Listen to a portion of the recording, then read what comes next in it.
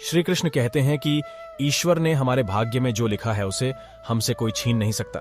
समय कभी नहीं रुकता। आज यदि बुरा चल रहा है तो कल अवश्य अच्छा होगा। आप केवल निस्वार्थ भाव से कर्म कीजिए, यही आपके हाथ में है। जो हुआ अच्छा हुआ, जो होगा अच्छा होगा। स्वयं को मुझ पर छोड़ दो, अपने कर्म के पथ पर अग्रसर रहो। ऐसा कर्म जो स्वार्थ रहित, पाप रहित हो। कर्म का फल व्यक्ति को उसी प्रकार ढूंढ लेता है जैसे कोई बछड़ा सैकड़ों गायों के बीच अपनी मां को ढूंढ लेता है। मनुष्य कितना भी गोरा क्यों ना हो, उसकी परछाई सदैव खाली होती है। मैं श्रेष्ठ हूं, यह आत्मविश्वास है, लेकिन मैं ही श्रेष्ठ हूं, यह अहंकार है। रोशन है मेरी दुनिया तेरी पनाहों में, मुझे सारी उम्र रखना अपनी निगाहों में। जय कन्हैया लाल की, मदन गोपाल की, बच्चों का हाथी घोड़ा बुढ़ों की पाल की। प्रेम का अर्थ विवाह करना नहीं, बल्कि पूरी निष्ठा और विश्वास के साथ समर्पण का भाव होता है। मेरे तन मन में समाये गई मोहन तेरी बांसुरियां, मेरे रोम रोम में समाये गए मेरे सांवरिया। बुरी आदतों को तोड़ पाना आसान नहीं होता, किंतु धीरे धीरे गलतियों को सुधारकर आगे बढ़ना चाहिए।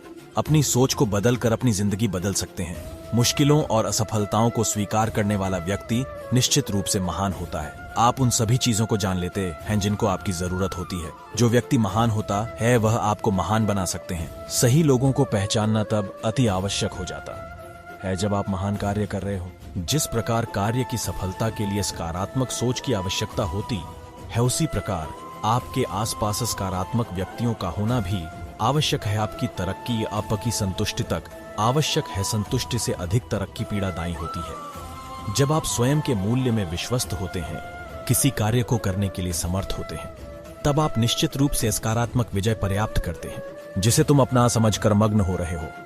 बस यही प्रसन्नता तुम्हारे दुखों का कारण है। संसार के संयोग में जो सुख प्रतीत होता है उसमें दुख भी मिला रहता है, परंतु संसार के वियोग से सुख दुख से अखंड आनंद प्राप्त होता है।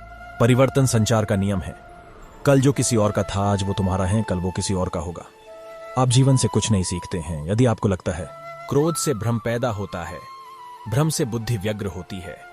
जब बुद्धि व्यग्र होती है तब तर्क नष्ट हो जाता है। जब तर्क नष्ट होता है तब व्यक्ति का पतन हो जाता है। किसी दूसरे के जीवन के साथ पूर्ण रूप से जीने से अच्छा है कि हम अपने स्वयं के भाग्य के अनुसार अपूर्ण जिएं। जो मन को नियंत्रित नहीं करते उनके लिए वह शत्रु के समान कार्य करता है। मन की गतिविधियों, होश, श्वास और भावनाओं के माध्यम से भगवान की शक्ति सदा तुम्हारे साथ है और लगातार तुम्हें बस एक साधन की तरह प्रयोग करके सभी कार्य कर रही है। आत्मज्ञान की तलवार से काटकर अपने हृदय से अज्ञान के संदेह को अलग कर दो। अनुशासित रहो, उठो। लोग आपके अपमान के बारे में हमेशा बात करेंगे। सम्मानित व्यक्ति के लिए अपमान मृत्यु से भी बदतर है। असंतोष ही सबसे बड़ा धन है। जिसके पास संतोष है वह स्वस्थ है, सुखी है और वही सबसे बड़ा धनवान है। जैसे तेल समाप्त हो जाने पर दीपक बुझ जाता है, उसी प्रकार कर्म के क्षीण हो जाने पर भाग्य भी नष्ट हो जाता है। केवल जीतने वाला ही नहीं बल्कि कहां पर हारना है, यह जानने वाला भी श्रेष्ठ होता है।